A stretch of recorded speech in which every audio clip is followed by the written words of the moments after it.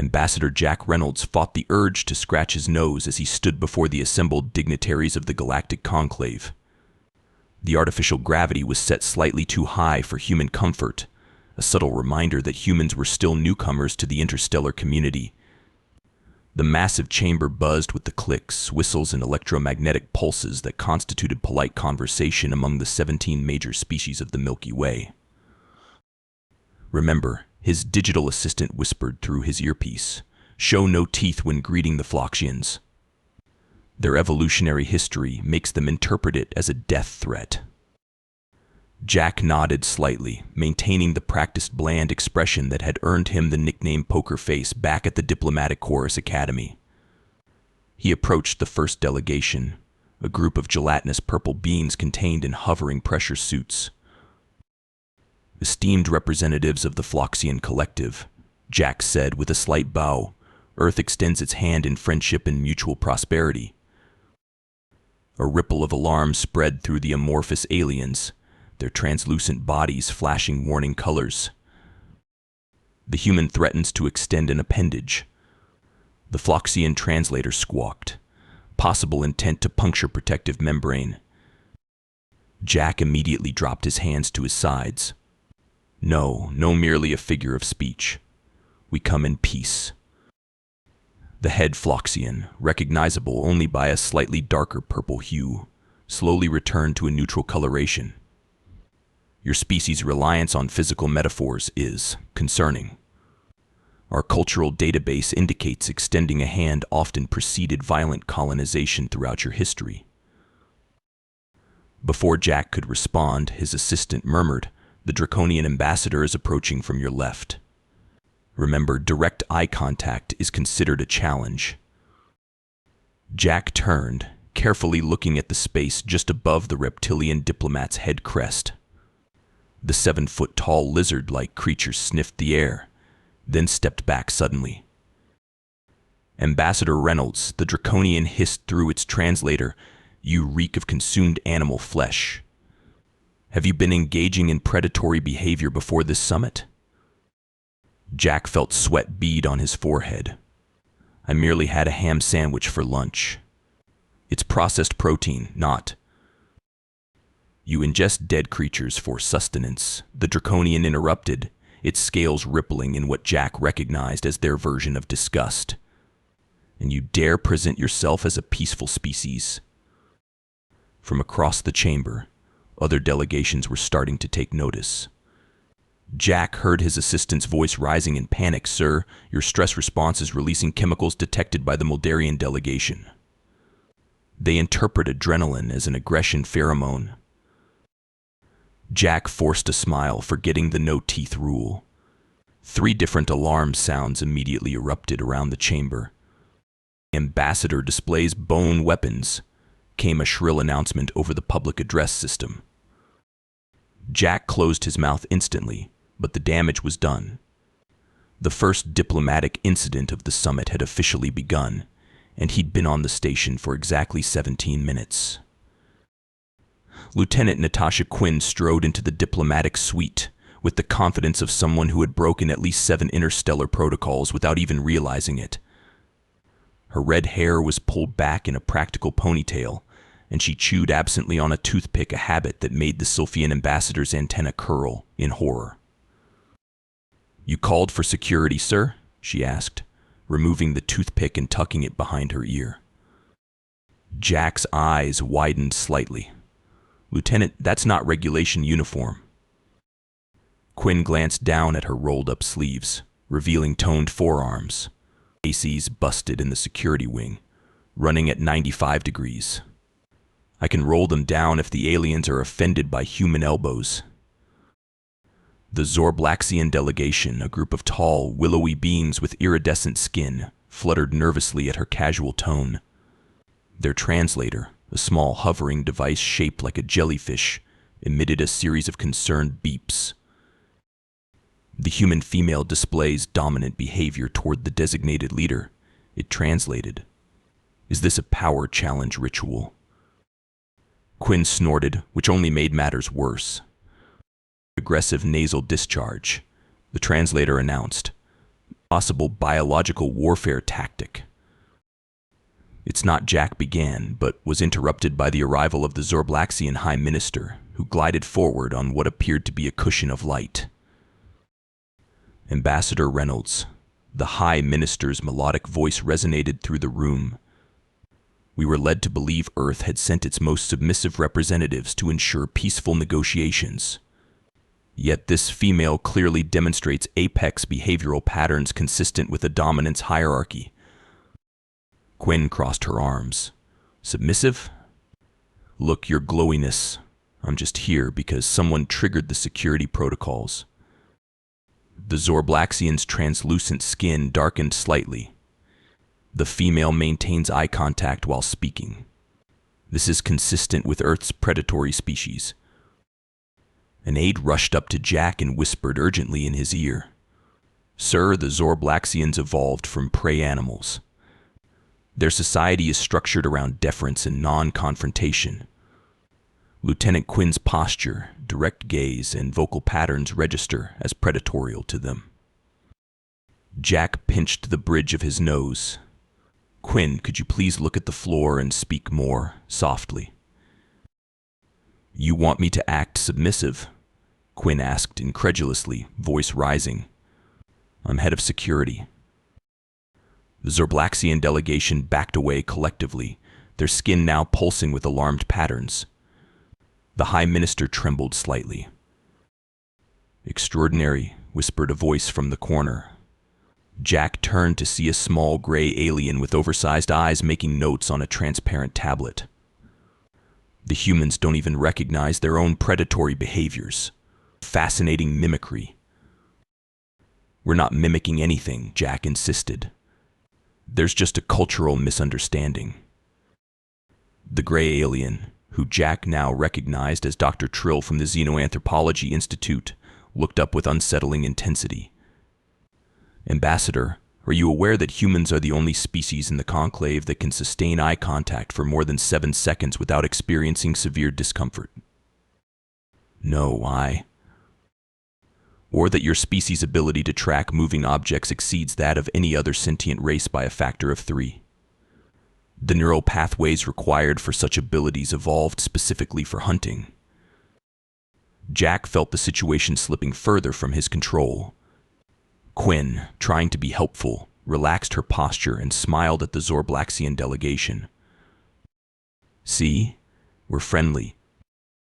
The entire delegation shrieked in unison as Quinn's smile revealed her teeth. Bone knives, cried the translator. The female displays bone knives in her face.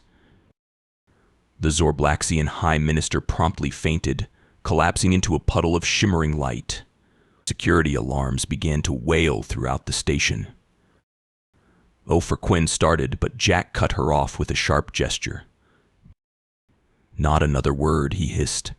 And for God's sake, stop showing your teeth.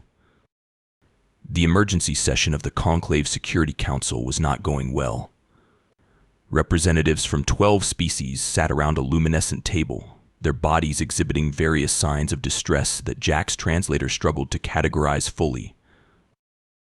The human delegation has violated 17 safety protocols in less than 1 planetary rotation, announced Councillor Vrax, a being composed primarily of crystalline structures that chimed softly when agitated. They must be quarantined immediately. With all due respect, Counselor, Jack said carefully, keeping his hands flat on the table and his expression neutral, these were innocent misunderstandings. Engineer Dexter Morgan, the newest addition to the Earth team, shifted uncomfortably in his seat.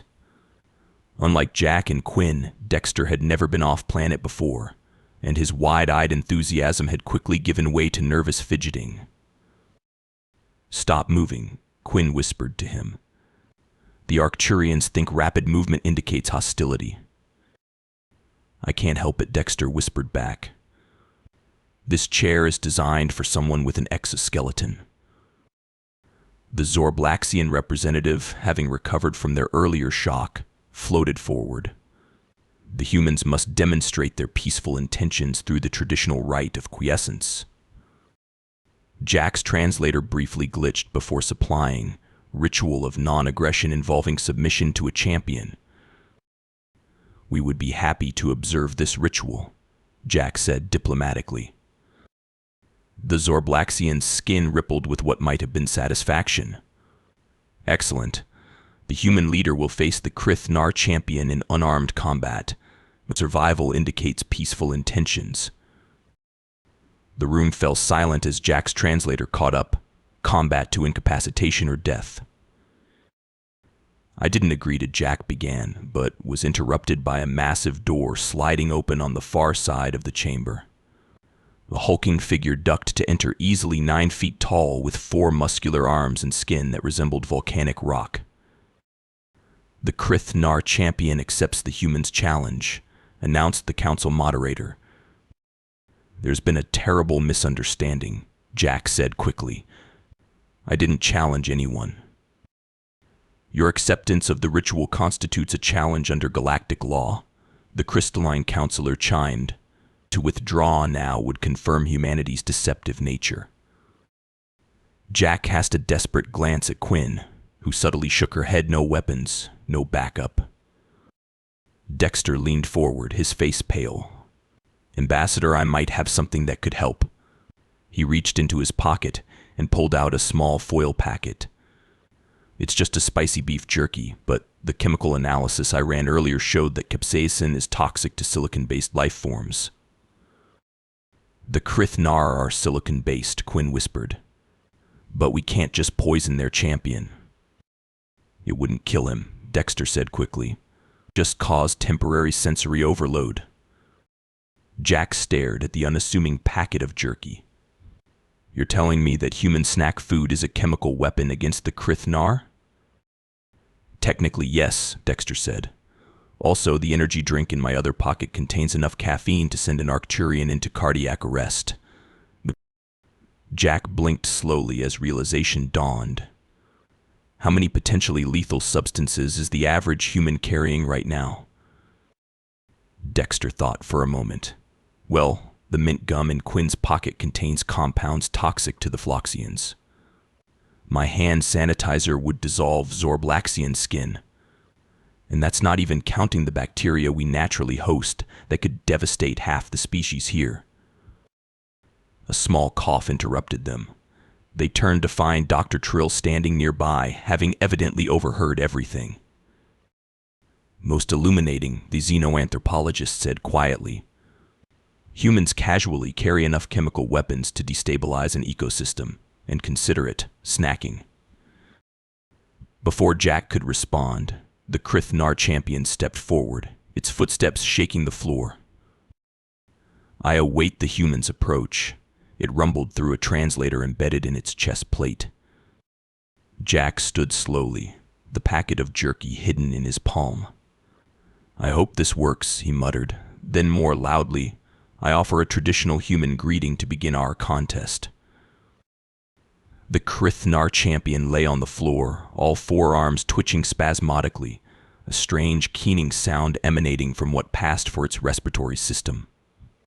Around the chamber, various diplomatic representatives were backing away from the human delegation with newly cautious movements. What did you do to it? Demanded the crystalline counselor, chimes now a discordant alarm. Jack managed to look appropriately concerned while suppressing any hint of relief. I merely offered our traditional greeting food. How could I know it would affect the champion this way? Dr. Trill stepped forward, tablet in hand. If I may, council members, I believe I can provide some context for this incident. The small gray alien tapped the device, projecting a holographic display in the center of the room. I've been studying Earth species for what humans would call decades. My findings have been disturbing. The hologram showed a rotating DNA strand. Humans are the only carbon-based sentient species to have evolved from pursuit predators rather than ambush hunters or prey species.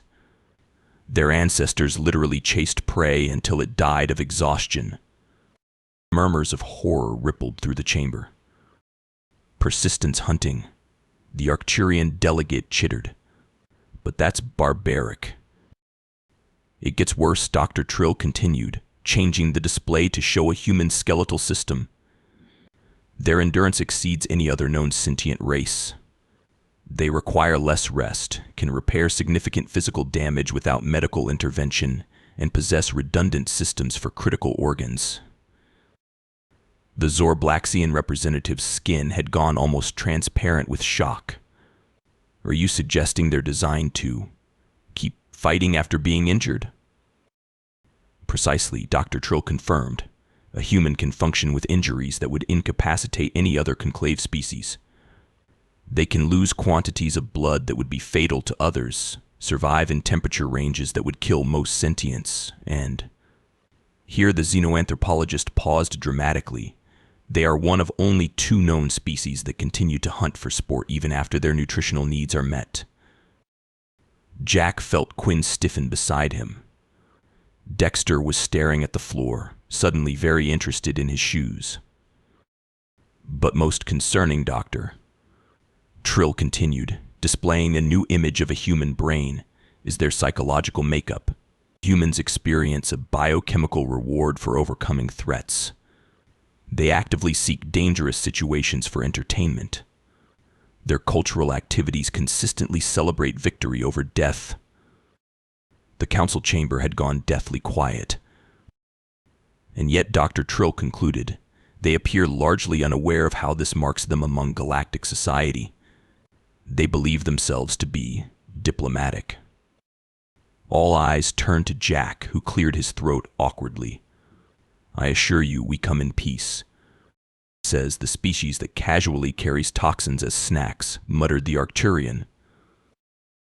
Dexter, apparently unable to contain himself any longer, blurted out, we don't mean to be scary. Humans just want to make friends. Dr. Trill's large eyes blinked slowly. Engineer Morgan. Your species' definition of friend historically included conquering other nations and claiming it was for their own good. Your entertainment frequently depicts the violent destruction of your own world. You simulate death experiences for pleasure in what you call extreme sports. Jack attempted damage control. Dr. Trill is exaggerating certain aspects of... Ambassador Reynolds, Doctor. Trill interrupted. Your own heart is currently pumping faster to supply your brain with oxygen in response to perceived threat. You're instinctively preparing to either fight everyone in this room or run away. This is happening automatically, without your conscious control. Jack became uncomfortably aware of his elevated heart rate.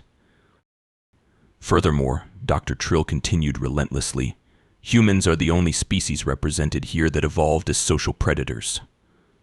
You hunt in packs. You form hierarchies specifically to coordinate your predatory behaviors more efficiently. The council moderator raised all 3 of its appendages. In light of this information, the Security Council will take a brief recess to reassess the human integration protocol. As the delegates filed out, many keeping a noticeably wider berth around the humans, Quinn leaned over to Jack. So, apparently we're space monsters. That's going to look great on the mission report. The human delegation had been confined to their quarters for what Jack's watch told him was nearly 6 hours. The only communication from the conclave had been a terse message indicating that containment protocols were being discussed. This is ridiculous, Quinn said, pacing the common area of their suite. They're acting like we're going to suddenly go feral and start hunting the Floxians through the air ducts. Dexter looked up from his tablet. Actually, according to the message boards, that's exactly what they're worried about. The Arcturians have proposed designating humans as a predatory sentient species requiring special handling procedures. Jack sighed. Perfect. Humanity's first major diplomatic summit, and we're about to be classified alongside the Vothrak mind-eaters. A chime indicated someone at the door. Jack nodded to Quinn, who positioned herself slightly behind the entrance with professional caution. The door slid open to reveal Dr. Trill, flanked by 2 robotic security units. Ambassador Reynolds, the xenoanthropologist said, the council requests your presence. I've been asked to escort you. just me?" Jack asked. "The Council feels that multiple humans in one location presents an unnecessary risk." Quinn snorted. "Because we might form a hunting pack." Dr. Trill's large eyes blinked. "Precisely, Lieutenant." Jack grabbed his jacket. "Fine, but this has gone far enough. We're not some bloodthirsty species bent on galactic domination." "Your history suggests otherwise," Dr. Trill remarked as they walked down the corridor. "Your kind went from primitive tool use to nuclear weapons in less than 10,000 years. No other species developed so quickly." "That's because we're curious and innovative," Jack argued. "Predators require intelligence to outwit prey," Dr. Trill countered. "Your pattern recognition, tool development, and strategic thinking all evolved from hunting behaviors." They arrived at the council chamber to find it significantly rearranged. Silt. The human chair now sat isolated in the center, surrounded by a subtle but unmistakable energy barrier. "Really?" Jack muttered as he took his seat. The crystalline counselor chimed for attention. "This emergency session will now commence. The agenda: containment protocols for human integration into galactic society." Jack leaned forward. "Counselors, this reaction is completely unwarranted. Humans have maintained peaceful space exploration for over 50 years. "A mere instant in evolutionary terms," replied the Arcturian representative. "Your species could revert to natural behaviors at any moment." Jack fought to maintain his diplomatic composure. "We're not going to revert to anything. Humans have developed beyond our evolutionary origins." "Then explain this," the counselor said, activating a holographic display showing Dexter's personal items confiscated during a safety sweep. The image highlighted a small personal thermos. "Analysis indicates this container holds a liquid with extreme stimulant properties," the Arcturian continued. "A psychoactive compound that accelerates neural responses and heightens aggression." Jack squinted at the image. "That's coffee." "You admit it," chimed the crystalline counselor. "The human delegation brought combat stimulants to a peace conference." "It's just a beverage," Jack explained, feeling increasingly absurd. "Humans drink it in the morning to help wake up." Dr. Trill stepped forward. "Counselors, my research confirms that this coffee contains compounds that would be lethal to most of us, yet humans consume it voluntarily. They have evolved such robust detoxification systems that they can ingest substances that would kill other species." "We don't drink it because it's poison," Jack protested. "We drink it because it tastes good." This only caused more alarm. The Zorblaxian representative's skin flashed warning patterns. "They consume toxins for pleasure. What manner of species does this?" "One that can effectively poison predators that might try to eat them," Dr. Trill suggested. "An evolutionary adaptation that becomes a cultural practice." Jack stood up abruptly, causing several counselors to flinch back. The security drones moved closer. "This has to stop," Jack said firmly. "Yes, humans evolved as omnivores with predatory traits. Yes, we can eat and drink things that might harm other species. And yes, we have a complicated, sometimes violent history. But we've also developed art, music, philosophy, and a genuine desire for peaceful coexistence." The council chamber fell silent, all eyes fixed on him. "If you want to see the true nature of humanity," Jack continued, "look at why we're here. We could have stayed in our own solar system. Instead, we chose to reach out, to join a community of different species, to learn and grow together. That's not the action of a species bent on domination." He took a deep breath. "Now, can we please move past this ridiculous standoff and get back to actual diplomacy?" The crystalline counselor chimed softly. The human makes logical arguments while displaying dominant posture and raised vocal patterns. Is this a threat display? Jack closed his eyes briefly, counting to 10. No, it's called being exasperated. 3 days later, Jack stood before the full Galactic Conclave Assembly, now without an energy barrier. Quinn and Dexter flanked him, both wearing expressions of careful neutrality, a skill they'd been practicing diligently. Members of the conclave, Jack began, I want to thank you for the opportunity to address lingering concerns about humanity's place in our shared community. The massive chamber was silent, hundreds of representatives from across the galaxy watching with varying degrees of caution. After extensive discussions with Dr. Trill and the Security Council, we've come to understand how humanity might be perceived by other sentient species. In the spirit of transparency, we acknowledge our evolutionary history as pursuit predators and the behavioral patterns that result from it. Jack gestured to a series of holographic displays showing human history, culture, and biology. However, we propose that the very traits causing concern are also our greatest strengths as potential allies. Our persistence makes us reliable. Our adaptability makes us resourceful. Our protective instincts make us loyal defenders of those we consider friends. The Arcturian representative chittered softly. The human makes valid points. Their predatory nature could serve protective functions for more vulnerable species. Precisely, Jack agreed. Earth proposes a new framework for human integration. We offer our unique capabilities as guardians rather than threats. The crystalline counselor chimed thoughtfully. Domesticated predators serving the greater community? An interesting concept. Jack winced slightly at domesticated but pressed on. We prefer the term partners, but essentially yes. Humanity can patrol trade routes vulnerable to pirates, assist with disaster response requiring physical endurance, and provide security consultation. Dr. Trill stepped forward. If I may, counselors, my research indicates that humans form intensely loyal bonds with those they protect. They exhibit what they call pack behavior, but this includes adopting non-humans into their protection circles.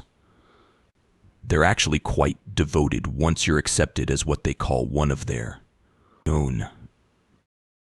The Zorblaxian High Minister, fully recovered from their earlier fainting spell, floated forward. Is this why humans risk their lives for companion animals with no utilitarian value? Yes, Jack confirmed. Protection is deeply ingrained in our psychology. A murmur spread through the chamber as various species conferred with their delegations. Finally, the council moderator raised its appendages for silence. The conclave has reached a preliminary decision. Humanity will be reclassified as protected predatory sentience with specialized integration protocols.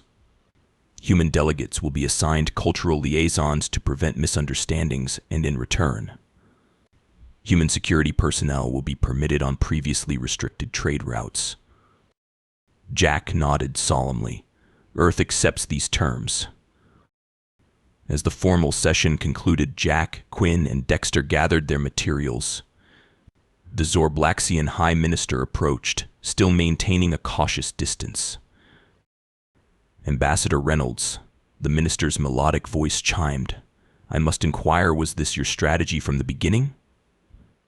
To leverage your predatory reputation into a privileged security position? Jack smiled carefully, remembering to keep his teeth hidden. Minister, I assure you we came seeking only peaceful relations. As the Zorblaxian glided away, Quinn leaned in and whispered, that was some apex predator negotiating, sir. Turned our biggest liability into our ticket to the inner circles of galactic politics. I have no idea what you're talking about, Lieutenant, Jack replied with perfect diplomatic composure. But there was no hiding the satisfied gleam in his eye, a look that, had the aliens known better, they would have recognized from Earth's most successful hunters. 6 months later, a new educational hologram began circulating throughout conclave space.